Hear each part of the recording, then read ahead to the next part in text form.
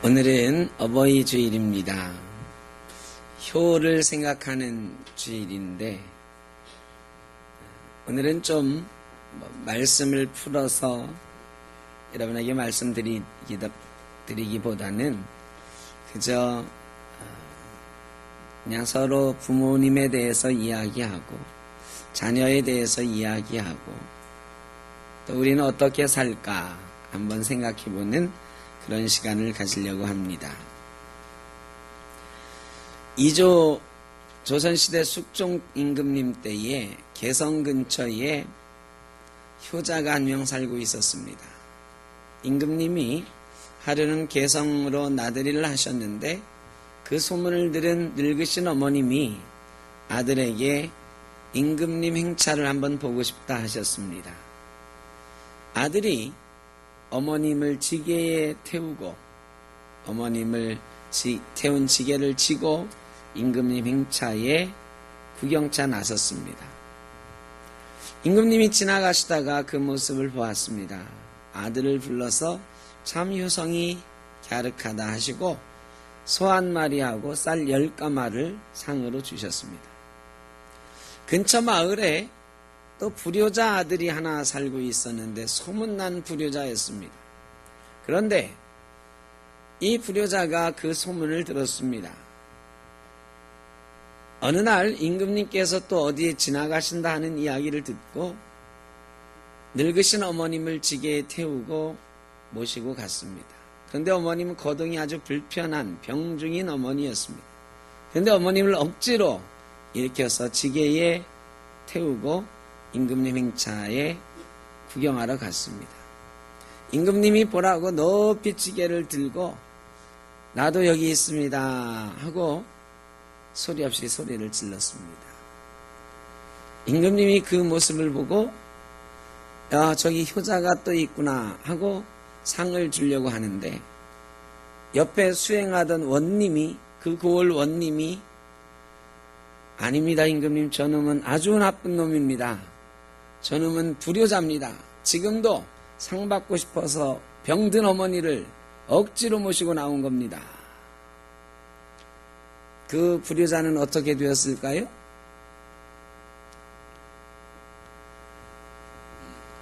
임금님이 원님에게 그랬습니다. 저 아들에게도 소 한 마리와 쌀 10가마를 내리도록 하라. 사람들이 다 깜짝 놀랐습니다. 아니 이 불효자에게 왜 상을 주십니까? 임금님께서 효도는 흉내내기도 어려운 것이다. 이렇게 말을 했습니다. 여기 효도가 참 어려운 것입니다. 흉내내는 것조차도 어려운 일이다. 그래서 흉내라도 내는 것은 상받아 마땅하다. 효도하는 게 참 어렵지요. 최근 알바몰이라고 하는 데서 대학생 2050명을 대상으로 설문조사를 실시했습니다. 대학생 91%가 평소 마음에는 있지만 부모님께 잘하지 못하는 말이 있다고 대답을 했습니다. 그 첫 번째가 41.3%를 차지한 사랑해요 라는 말이었습니다. 두 번째는 고마워요. 이어서 미안합니다. 나 때문에 힘들지요. 행복하게 해드릴게요. 엄마 아빠가 최고예요. 이런 말을 부모님께 해드리고 싶은데 해드리지 못하고 있다. 이렇게 대답을 했습니다. 표현하기가 참 어렵지요. 마음에 있어도 그런 말 표현하고 살기가 쉽지 않습니다. 반대로 마음에는 없는데 가끔 튀어나와서 부모님을 아프게 하는 그런 말도 쉽게 내뱉는다. 대답을 했습니다. 대학생들이 부모님께 마음과 달리 쉽게 내뱉는 말은 첫 번째가 제가 알아서 할게요 라는 말이었습니다. 두 번째는 몰라요. 세 번째는 좀. 네 번째는 건성으로 대답하는 네. 그리고 다섯 번째는 지금 바빠요 라는 말이었습니다. 마음에는 없지만 문득문득 튀어나와서 부모님 마음을 아프게 합니다. 효도가 참 어렵습니다. 성경에서 부모라고 하는 말은 78번 나옵니다. 제가 78번 부모가 나오는 성경 말씀을 찾아서 쭉 읽어봤습니다. 다 읽어보니까 일반적인 사건을 기록한, 사실을 기록한 부모라는 말 빼고 이 부모에 대해서 어떻게 하라는 말씀들이 반 정도 되는데, 그 중에 제일 많은 말씀이 부모를 공경하라라는 말씀이었어요. 그 다음에는 순종하라, 경홀히 여기지 말라, 즐겁게 하라 등이었습니다. 다 한마디로 말씀드리면 부모님께 효도하라는 것을 성경은 부모님에게 공경하라 이렇게 말씀하고 있습니다. 이 공경하다라고 하는 말은 히브리 말로 카베드라는 말을 쓰고 있는데, 이 카베드라고 하는 말은 무겁게 여기다 이런 뜻입니다. 상대방의 가치를 중요하게 여긴다는 뜻입니다. 신약 성경에서는 티마오라는 말을 썼는데, 이 말도 상대방의 가치를 인정하고 그에 상응하는 예의를 표하다 이런 뜻입니다. 그러니까 성경에서 말하는 효도는 부모님의 가치를 인정하고 부모님의 말씀을 무겁게 여기고 그에 상응하는 예의를 표현하라. 이것이 성경에서 말하는 효도인 것입니다. 그런데 우리는 부모님의 마음을 잘 알아들이지도 못하고 부모님 마음을 아프게 할 때가 참 많이 있습니다. 조금 긴 이야기지만 제가 글을 하나 읽어드리려고 합니다. 부부에 관한 이야기입니다. 어느 부부는 조그마한 만두가게를 하고 있습니다.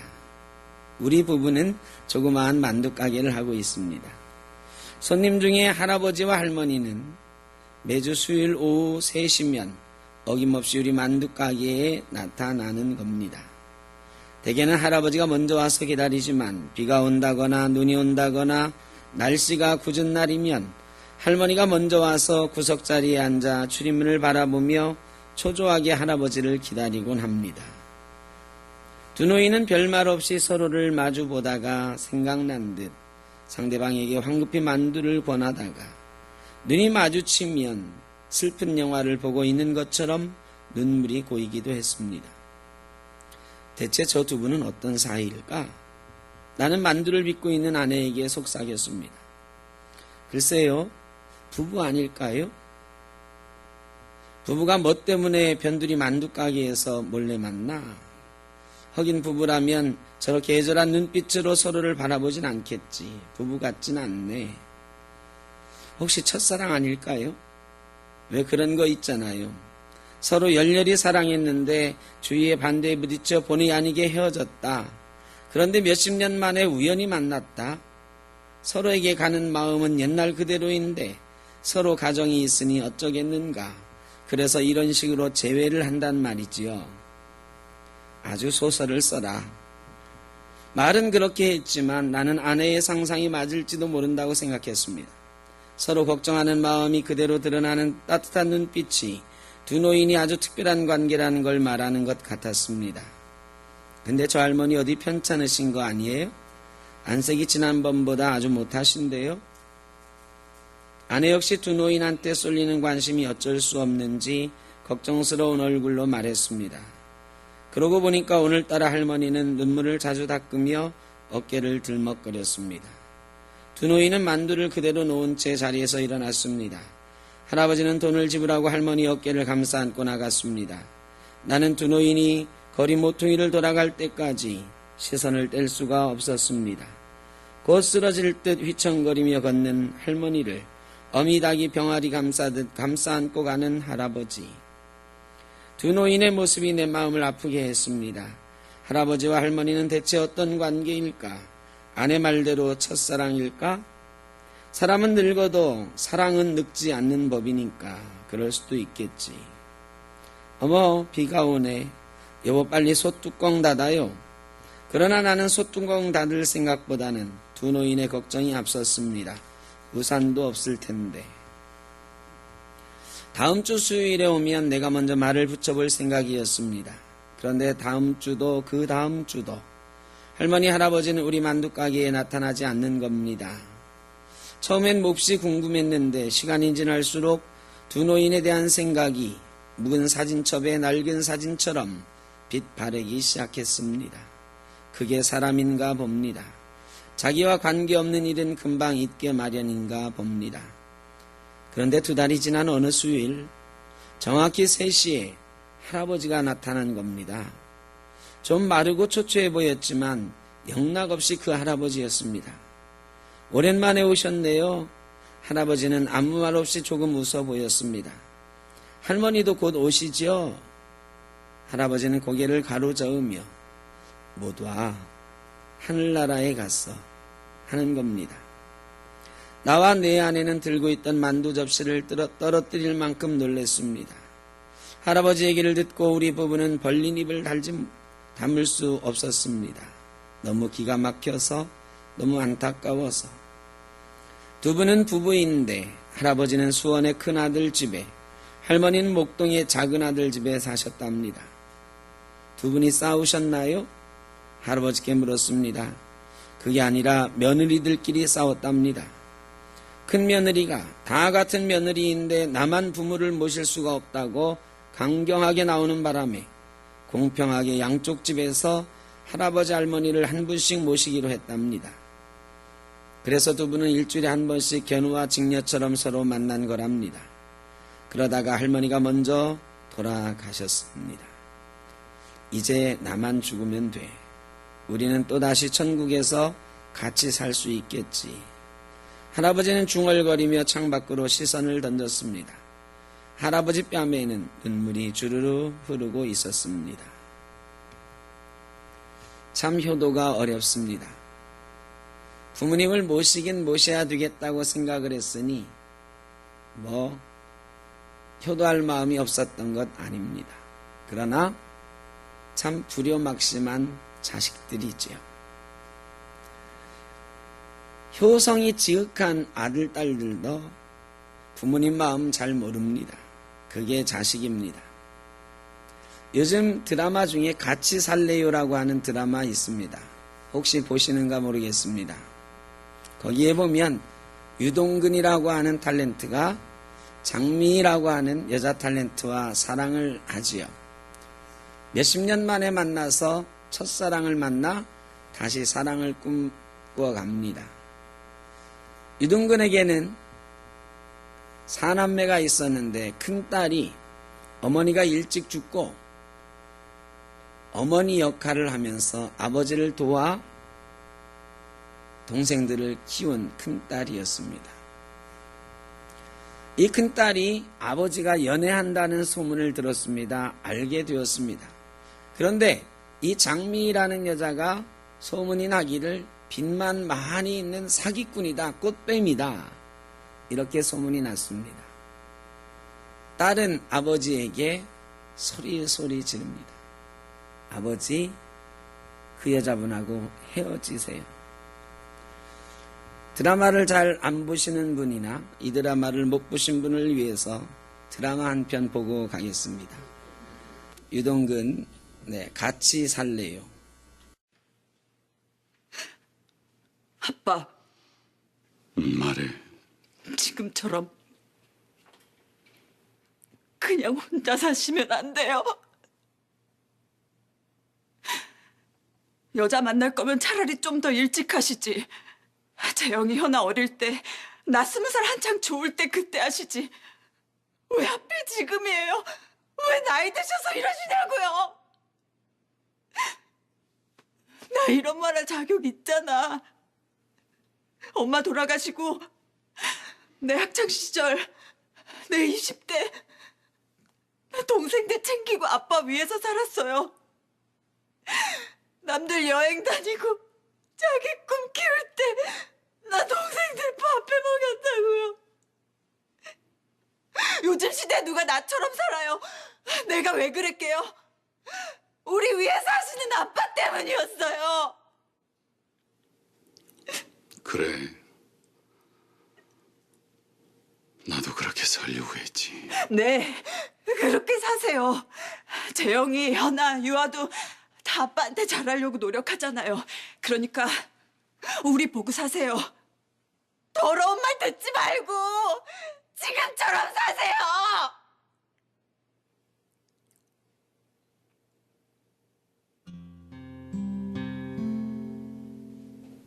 그래. 네가 말한 대로 그렇게 해줄게. 아빠도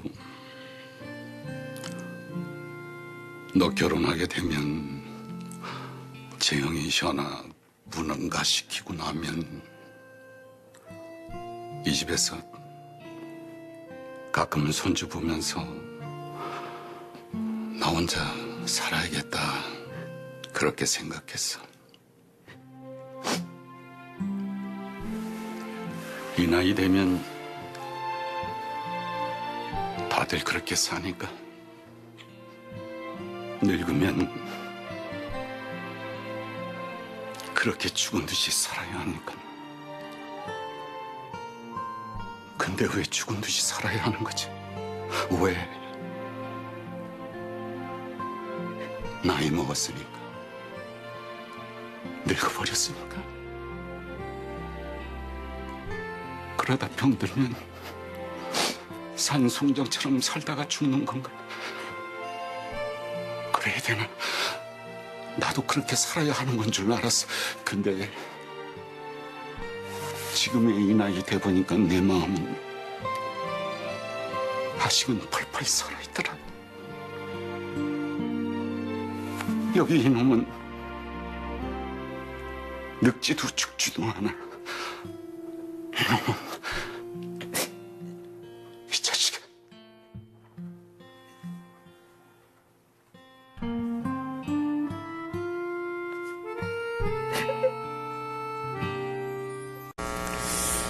효녀도 아버지 마음은 잘 모릅니다. 뒷이야기가 궁금하신 분은 오늘 밤 8시에 TV를 보시면 나옵니다. 어느 방송국인가는 찾아보십시오. 오늘 본문 말씀은 다윗이 아들에 관한 마음을 드러내고 있는 그런 장면입니다. 다윗에게는 아들이 10명이 있었는데 다윗이 제일 사랑했던 아들은 솔로몬이 아니고 압살롬이라고 하는 아들이었습니다. 이 압살롬은 참 잘생겼습니다. 사람들이 다 좋아했습니다. 압살롬이 한 번은 자기 형을 죽였습니다. 그런데도 다윗이 3년간 떨어져 살다가 다시 불러들였습니다. 그럴 만큼 사랑했습니다. 백성들도 압살롬을 좋아했습니다. 심지어는 다윗 왕보다도 더 이 왕자를 좋아했습니다. 아마도 특별한 일이 없었으면 압살롬이 다윗의 뒤를 이어 왕이 되지 않았을까, 제가 그런 생각도 한번 해봤습니다. 그렇게 압살롬을 사랑했습니다. 그런데 이 압살롬이 좀 더 빨리 임금이 되고 싶었습니다. 자기 힘으로 임금이 되고 싶었습니다. 그래서 군사를 모아서 백성들의 마음도 자기에게 있는 것을 알고 백성들을 모아서 반란을 일으켰습니다. 다윗이 압살롬이 반란을 일으키자마자 예루살렘 성에서 도망가야 됐습니다. 그만큼 압살롬은 전 백성의 지지를 얻고 다윗을 쳐들어왔습니다. 그러나 사람들이 다윗 왕을 좋아하는 마음도 분명히 있잖아요. 저 압살롬이 설마 자기 아버지를 죽이겠나?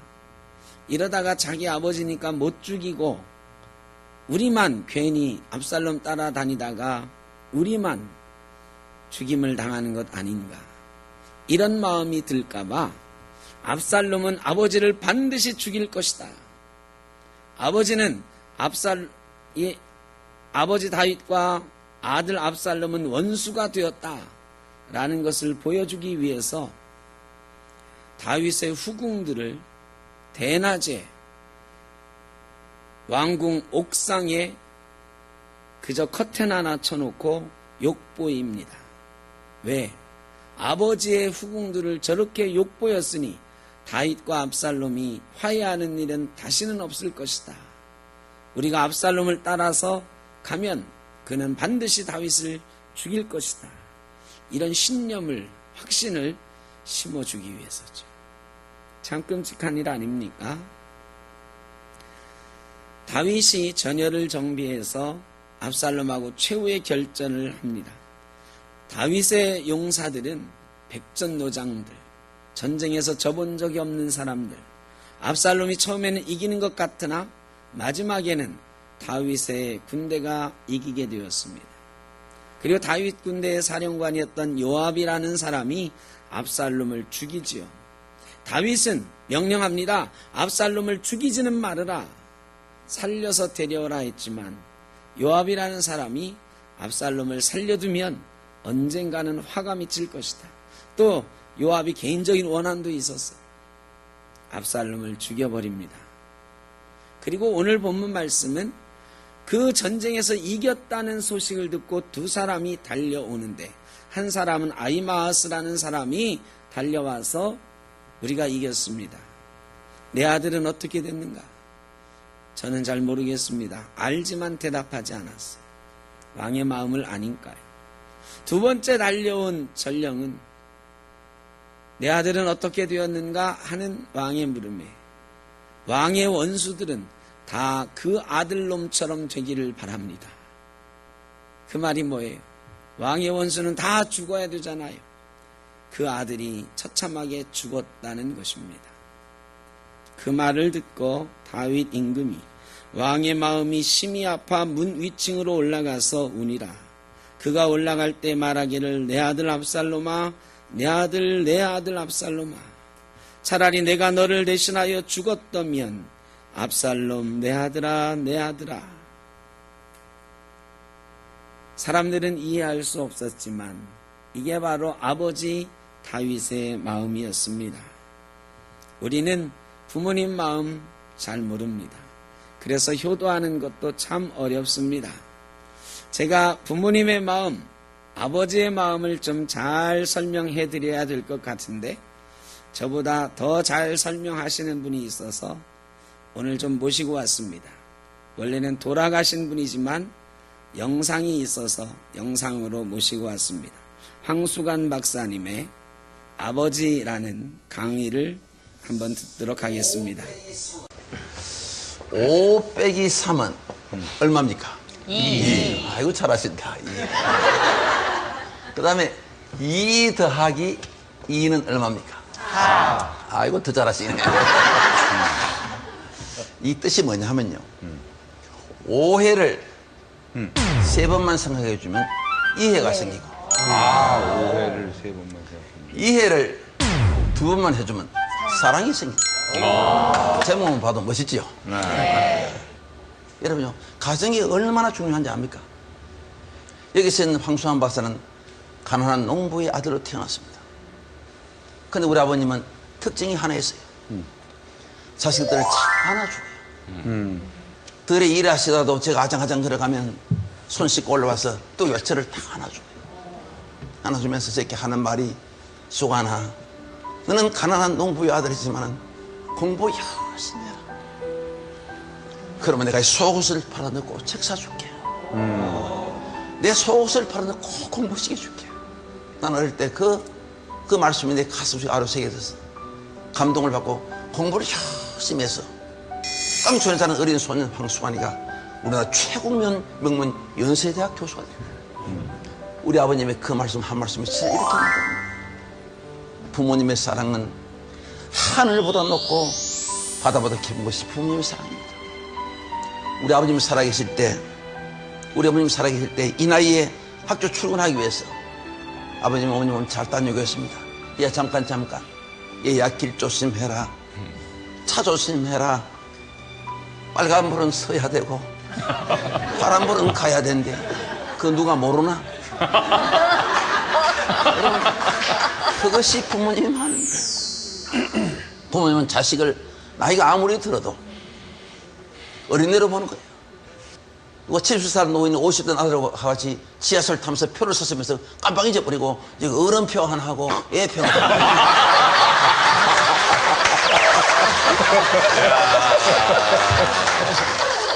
맞아.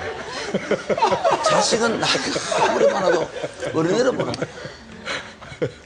설날 아침에는 가정에 대청마루에 83세 된 아버지하고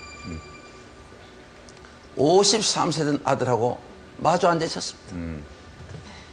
마침 창가에 까치 한 마리 날아왔습니다. 아버지가 물었습니다. 얘야 저게 뭐냐? 아버지 까치예요. 그래 오냐 고마워. 두 번째 또 물었습니다. 얘야 저게 뭐냐? 금방 까치라 했잖아요. 오냐 고맙다. 또 세 번째 또 잊어버리고 또 물었습니다. 여러분 나이 많으면 연세 높은 분은 정신이 왔다 갔다 합니다. 얘야 저게 뭐냐? 금방 까치라 했잖아요. 그것도 못 알아먹어요. 그 소리를 아버지는 너무너무 서러웠습니다. 너무너무 서러워서 방으로 들어갔습니다. 들어가서 옛날 일기장을 꺼내왔습니다. 그 일기장은 제가 33살 때 일기장이었습니다. 밖에 나와서 제 아들하고 읽어보라 했습니다. 그 일기장에 이런 글귀가 써 있습니다. 3살짜리 내 아들과 마루에 마주 앉으셨다. 마침 창가에 까치가 날아왔다. 3살 먹은 내 아들이 나에게 물었다. 얘야 저게 뭐냐? 얘야 까치란다. 내 아들은 연거푸 23번을 물었다. 까저거 뭐야? 까저거 뭐야? 나는 23번을 까치라고 답을 하면서 내 마음이 왜 이렇게 즐거운지 몰랐다. 그래서 사랑하는 내 아들을 너무 귀여워서 품에 안아 주었다. 여러분요, 아버지는 자식에게 3번 물었는데 자식은 화를 냈는데, 자식은 부모에게 23번 물었는데 그 자식이 사랑스러운 거예요. 여러분, 그것이 부모님입니다. 그 부모님이 오래오래 살아계세요. 됩니다. 여러분, 부모님을 살아계실 때 고맙게 잘하십시오. 한 번 가면 다시 못 만난 것이 부모님입니다. 부모님을 살아계실 때 고맙게 잘하십시오. 제가 인터넷에 글이 하나 올라왔는 것을 여러분들 한번 읽어드리겠습니다. 제목이 시아버지의 문자 메시지. 내게는 특별한 2개의 핸드폰이 있습니다. 한 개는 내 것이고 다른 하나는 하늘나라에 계신 시어머니의 것입니다. 제가 시부모님께 핸드폰을 사드린 건 2년 전 2분의 결혼 기념일에 커플폰을 사드린 것입니다. 문자 기능을 알려드리자 2분은 며칠 동안 끙끙대시더니 서로 간에 문자도 나누게 되었습니다. 그러던 시어머니께서 갑자기 암으로 돌아가서 유품 가운데 핸드폰을 며느리인 제가 보관하게 되었습니다. 그리고 한 달 정도 지날 무렵 아버님이 아파트 경비 일을 보러 가신 후에 띵동 하고 어머니 핸드폰으로 문자 메시지가 들어왔습니다. 여보, 오늘 야간 좁니까? 저녁을 어머니랑 맛있게 드시고요. 순간 나는 놀랐습니다. 혹시 어머니 돌아가신 충격으로 아버님께서 치매 증상이 온 것이 아닌가 하는 불길함이 몰려왔습니다. 그날 밤 또 문자가 날아왔습니다. 여보, 추운데 이불 덮고 잘 자구려. 사랑해요. 남편과 나는 그 문자를 보고 눈물을 흘렸고 남편은 좀 더 지켜보자고 했습니다. 그날 저녁 우리 식구는 아버님이 사오신 동태로 매운탕을 끓인 후 소주 한 잔과 함께 아버님이 하시는 얘기를 묵묵히 들었습니다. 아직도 너희 어미가 문을 열고 들어온 것 같구나. 그냥 내 어머니랑 했던 대로 문자를 보낸 거란다. 답장이 안 오더라. 그제야 내 어머니가 돌아가신 것을 알았다. 너희 내외가 내가 이상해진 것일 줄 알고 내 눈치를 보며 아무 말 못했던 것도 다 안다. 미안하다 얘들아. 그날 이후 아버님은 어머니 핸드폰으로 다시 문자를 보내지 않았습니다. 하지만 요즘은 며느리인 제게 문자를 보내십니다. 지금 나도 아버님께 문자를 보냅니다. 아버님, 빨래하려고 하는데 아버님 속은 어디에 숨겨두었어요? 이상입니다.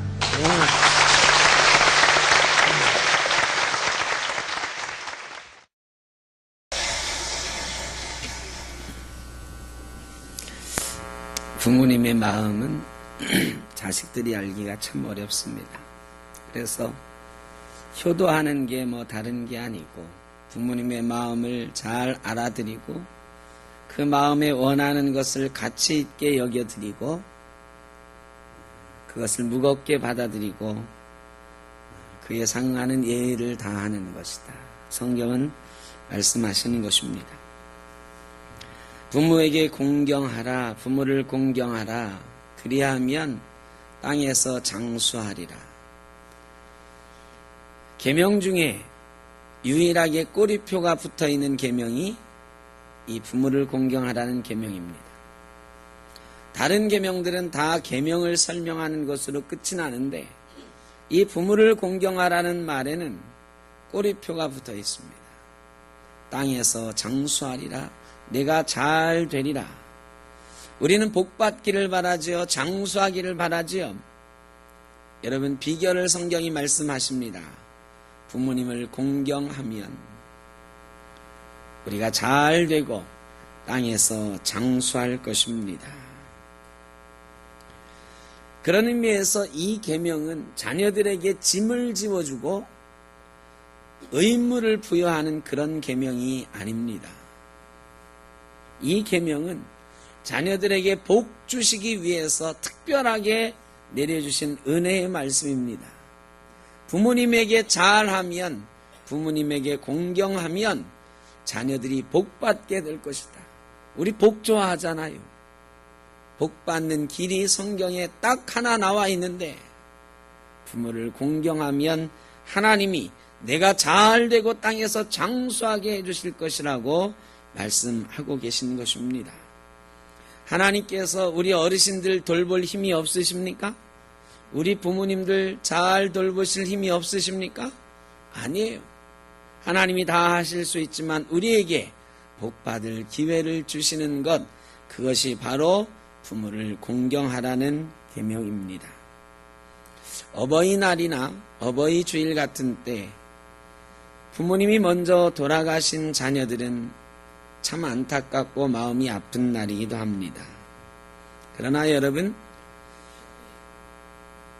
세상에서는 부모님 살아계실 때 섬기기란 다하여라 이렇게 말하지만 우리 기독교는 부모님 돌아가셨어도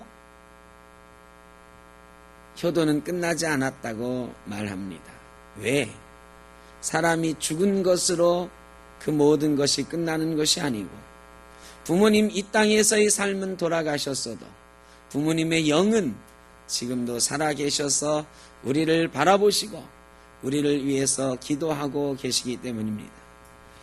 살아계실 때 우리를 향하였던 그 사랑의 마음, 자녀들을 향한 마음, 여전히 그 마음 가지시고 하나님께 기도하고 계시는 것입니다. 우리 아들 잘 되게 해주세요. 우리 딸 잘 되게 해주세요. 우리 아들이 바르게 살게 해주세요. 우리 딸이 제대로 살게 해주세요. 부모님은 여전히 살아계실 때 우리를 걱정하던 마음으로 하나님께 기도하고 계십니다. 그래서 우리는 지금도 효도를 할 수가 있습니다. 살아계신 육신의 부모님께는 다 못했던 효도를 할지라도 지금 그 부모님의 마음을 알아드리고 그 말씀을 무겁게 지금이라도 여겨드리고 그에 상응하는 행동으로 예의를 갖추어서 우리의 삶을 살아간다면 하늘에 계신 부모님이 기뻐하시고 그 마음이 우리를 인하여 즐겁고 행복하실 것입니다.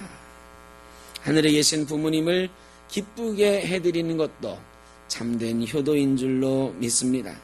부모님의 마음을 알아드림으로 약속의 땅에서 장수의 복을 누리는 저와 여러분 되시기를 주의 이름으로 축원합니다. 마지막으로 어느 부모님의 편지, 부모님들의 마음이 담긴, 연로하신 어른들의 마음이 담긴 편지 한 장 읽어드리겠습니다. 내 사랑하는 아들, 딸들아, 언젠가 우리가 늙어 약하고 지저분해지거든 인내를 가지고 우리를 이해해다오.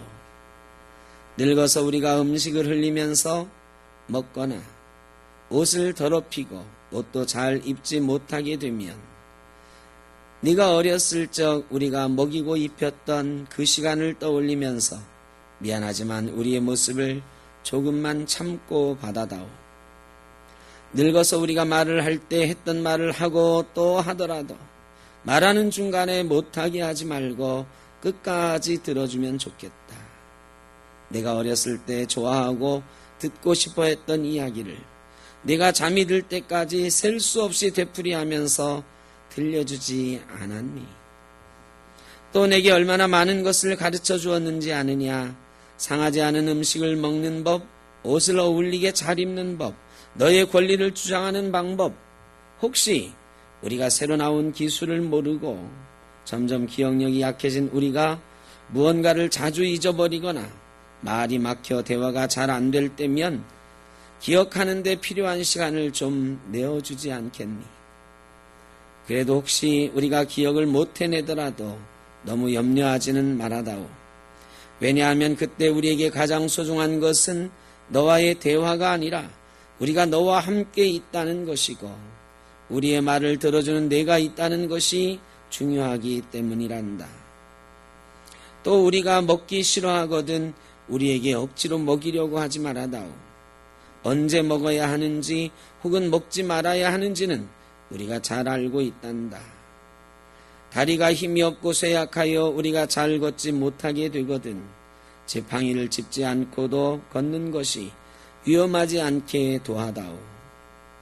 네가 뒤뚱거리며 처음 걸음마를 배울 때 우리가 내게 한 것처럼 내 손을 우리에게 빌려다오. 비록 우리가 너를 키우면서 많은 실수를 했어도 우리는 부모로서 줄 수 있는 가장 좋은 것들과 부모로서 보여줄 수 있는 가장 좋은 삶을 너에게 보여주려고 최선을 다했다는 것을 언젠가는 너도 깨닫게 될 것이다. 사랑한다. 내 사랑하는 아들, 딸들아, 내가 어디에 있든지 무엇을 하든지 너를 사랑하고 너의 모든 것을 사랑한단다. 부모님의 마음, 오늘은 우리가 기억해드리고 알아드리고 우리도 부모님께 아버지 사랑합니다. 어머니 사랑합니다. 고백하고 우리 부모님들을 위해서 기도하고 우리 부모님들께 즐겁게 해드릴 만한 삶을 살겠노라 다짐하는 저와 여러분 되시기를 주의 이름으로 축원합니다. 기도하겠습니다. 사랑의 아버지 하나님 감사합니다. 우리의 부모님이 계셔서 우리가 이 땅에 오게 하시고 지금까지 살도록 하신 것 감사합니다. 부모님의 은혜를 기억합니다. 하나님께서 우리에게 복 주기 위하여 부모님 공경하라고 하신 말씀을 기억합니다. 부모님의 마음을 알아드리는 자녀가 되게 하옵소서. 부모님 마음을 즐겁게 해드리는 아들, 딸 되게 하여 주옵소서. 예수님의 이름으로 기도하옵나이다. 아멘.